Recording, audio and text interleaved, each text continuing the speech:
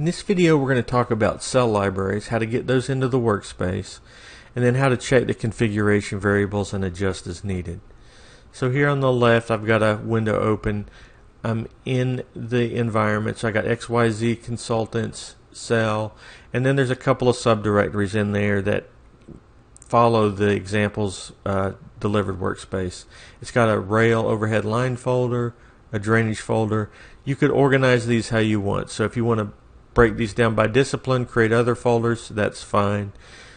You would just have to update the configuration variables accordingly to look for those folders. For now though, we're just going to copy cell libraries right into the root of the cell folder here and point to them at that location. So I'll grab the cell libraries I've got collected over here on the right. I'm just going to copy them into this directory. And these cells could come from an old workspace, they could come from an agency workspace you downloaded from the web, they could come from a project that got delivered to you, what have you. We would just need to get them in the directory at this point and then check that the configuration variables are finding them. In a later video we'll see how we can go in and review those and see if any adjustments need to be made to them after we copy them in. Okay, so we've got them in here. Next we're going to go and check the configuration variables. So if we go to the Organization Civil folder, so we'll edit the xyzconsultant.cfg file.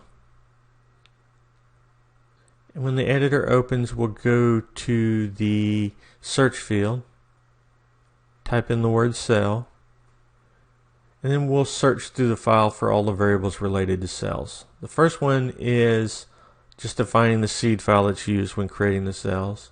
Click Next, and now we're setting the variable for MSCellList, but it's in an if statement. This one only gets defined if OpenRail Overhead Line Designer is used. So we'll click Next, and here's the general MSCell variable. So this is defining which directory to search for cell libraries in, and we see that that's pointing to the Organization Standards cell. That's where we copied ours. And then the next one is looking for the star.cell to define in the MSCellList, and the MSCellList will just say look for a given cell name in all of these cell libraries.